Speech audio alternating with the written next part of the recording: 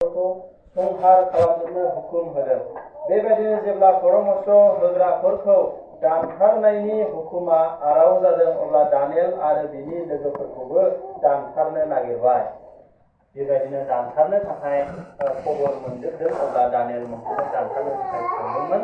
अब्ला दानियेला बिनियावहाय सोंनाय बाथ्राखौ जोङो मोननो हायो।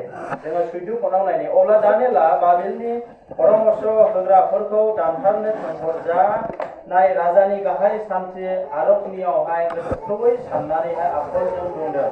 बियो आरखनियावहाय सोंबाय, राजानि हुकुमा मानो एसे हाखु दाखु जाखो?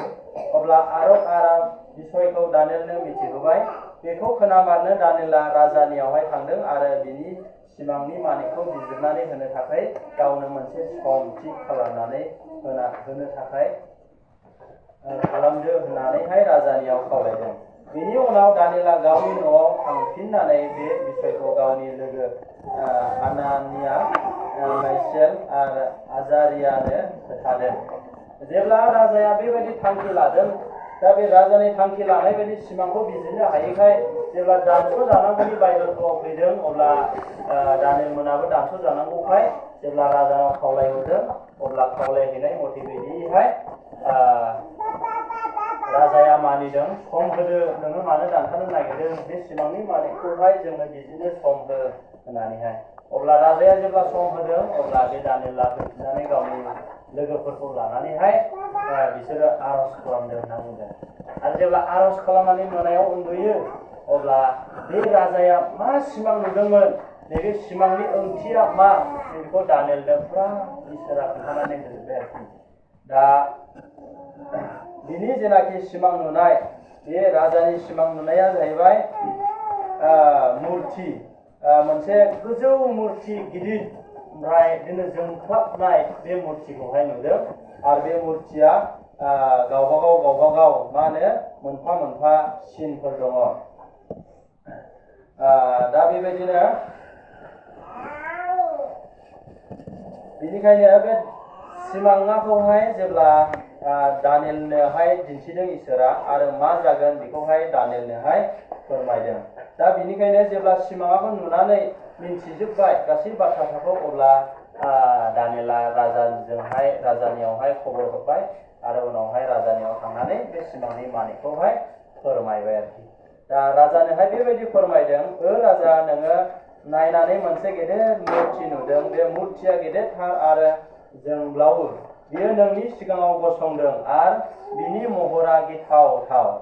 बे जुनारनि खर'आ गोजों सनानि, जेरबा आरो आखान्थिफ्रा रुफानि, उदै आरो फेन्दाफ्रा पित्तलनि, आदैफ्रा सोरनि आरो आग्रेंफ्रा खावसे सोरनि आरो खावसेया हानि।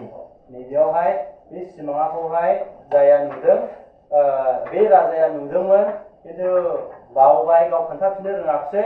नैबे सिमांखौ इसोरनियाव सोंनानै दानियेलनो खोन्थाबाय आरोखि। खर'आखौ मा रोखोममोन आरो बे उदै बाहागोआ मा, आखान्थिफ्रा, आथिंफ्रा, नैबेखौ दानियेलनो फोरमायबाय। आरो बियो मा मा जालांगोन नैबेखौहाय बेवहाय फोरमायबाय आरोखि। बे जाय सिमां नुदों, नैबे सिमांनि मानिङाखौहाय बे राजानोहाय मोनफा मोनफा फोरमायासै आरोखि। दा खर'आ सनानिमोन होननानै बुंदों बे मुर्तिनिया। ओमफ्राय बे सनाया जाय जायगायाव राजाया थानानै सोलिदों, नैबे राजा सासन खालामनाय बाबिलननि जे राजा, नैबेखौनो बे राजाखौनो नबुकदनेस्वर राजाखौनो फोरमायफिनदों आरोखि, बे खर'आ सनाया। ओमफ्राय जेरबा आखान्थि, बियो रुफानिमोन होनना बुंदों। ओमफ्राय बियो मेद' पार्सिया होननाय मोनसे हादोरनाखौहाय फोरमायदों जाहैबाय। बे राजानि उनाव मेद' पार्सिया होननायावहाय सासे राजा जाखांगोन बिनि सलायनायनि बेलायाव। ओमफ्राय उदै एबा फेन्दा, बिसोरो पित्तलनि, बेखौहाय ग्रिल्स होननानै फोरमायदों। ओमफ्राय उदैफ्रा सोरनि, नैबे आदैफ्रा आरो आग्रेंफ्रा खावसे सोरनि आरो खावसे हानिया जाहैबाय बे सोरनिया रम हादोरनाखौ फोरमायदों जाहैबाय। दा बे गासै बे हादोरनि फोरमायनायखौहाय बबे पित्तलया माखौ फोरमायदों आरो खर'नि मुकुटा सनानि नैबेखौ बबेखौ फोरमायदों नैबेखौ राजाया मोनथिनो हायाखैमोन। जेब्ला दानियेलनोहाय इसोरा खोन्थायो बेखौहाय नों बेबायदि सिमां नुदों खिन्थु बे लहाया रं आरो बियो इदि होननानैहाय फारि फोरमायदों आरोखि नोंनि उनाव इदि राजा जाखांगोन होननानैहाय। ओमफ्राय बे गासै बाथ्राफोरखौहाय राजानोहाय खोन्थादों आरो बेयो गोजौ मुर्तिमोन आरो बे मुर्तिखौहाय खायसे अन्थाइया गोजौनिफ्राय गोग्लैबोनानै बेनि जेनाखि हान्थु जरा नैबेयावहाय नांफैदों होनना बुंदों। ओमफ्राय बियो थुख्रा थुख्रि बायफ्लेजोबनानै बे सोरनि ओमफ्राय फिटलाइटनि गुबुन बे बानायजानाय सनानि माबाफ्रा लेथेर फेथेर जानानै गुब्रुजोबदों जाहैबाय। जेब्ला बेबायदि गुब्रुदों अब्ला बेखौबो राजाया मिथिनो हायाखैमोन। खिन्थु बे अन्थाइया सोर आरो उनाव मा जागोन नैबेखौबो राजानोहाय फारि बे दानियेला खोन्थानानैहाय होदोंमोन। दा नोंनि उनाव बेबायदि राजा जाखांगोन होननानैहाय। दा बे दानियेलनि 7 अध्यायावहाय बुंनाय बाथ्रा दङ। नोंथांमोना दानियेलनि 7 अध्याय 1निफ्राय 8 नायोब्ला बेयाव राजा फैनायनि सोमोन्दैहाय बुंनाय बाथ्रा दङ। जों बेखौ एसे नायग्रोना लानि। बारा गोलाव आं लाखानाय नङा, कारेन्टआबो थांनानै होदों। दानियेलनि सिगांनि दर्शन बै दहायनि आं खोन्थानाय फिटलाइटनि माबाफोरनि बेलायावहाय जेरैहाय मोनब्रै माबाखौ खोन्थादों बेबायदिनो खोन्थानाय बायदि नैबेयावहाय राजानि जेनाखि सिमां बेबायदिनो उनाव फिरि राजा ओंखारबोगोन उनाव जोबथारनायाव मा जागोन बेखौहाय बेयाव फोरमायदों। बाबेलनि राजा बेलशेजारनि रायजो खालामनाय 7नि बोसोराव दानियेलनि बिसनायाव उन्दुनाय समाव मोनसे सिमां आरो दर्शन नुदोंमोन।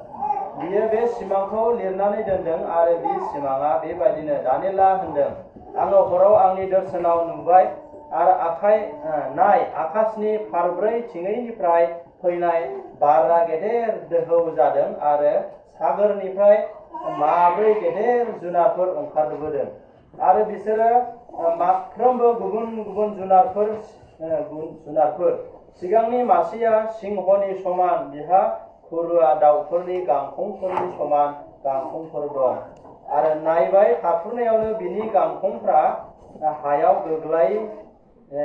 खोख्लैजादों आरो बि जुनारा हानिफ्राय बोखांजानानै आथिं थोंनै गोनां मानसिनि समान खालामनानै हायाव गसंजादों आरो मानसिनि गियानखौ बिनो होदों।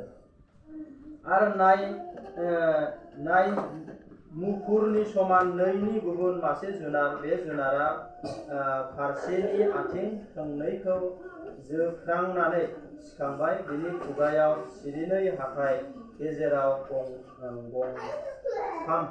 गंथाममोन खोमा खामि हाराफोर दं आरो बि जुनारखौ थोनबाय, सिखांदो आरो बांसिन बेदर जादो। बिनि उनाव आङो नायनायाव आरोबाव गुबुन मासे जुनार नुबावबाय, बियो सिथियाबागबादि, बिनि बिखुङाव दाउसेननि गांखंनि समान गांखं मोनब्रै दं आरो खर'बो मोनब्रै दं आरो रायजो खुंनायनि बोलो बिनो होनाय जाबाय। बिनि उनाव आङो दर्शनाव नुबावबाय आरो नाय ब्रैनि जुनार, बे जुनारा गोब्राबथार आरो गिथावथावथार, इनायनो बोलोगोरा, बिहा गेदेर सोरनि हाथाइफोर दं, बियो अरखारनानै थुख्रा थुख्रि खालामबाय आरो आग्लायनायखौ आथेंजों गाफ्लेबाय। बियो सिगाङाव नुग्रोनाय गासै जुनारफोरनिख्रुइ गुबुनसिनथार, बिहा 10 गंफोर दं। आङो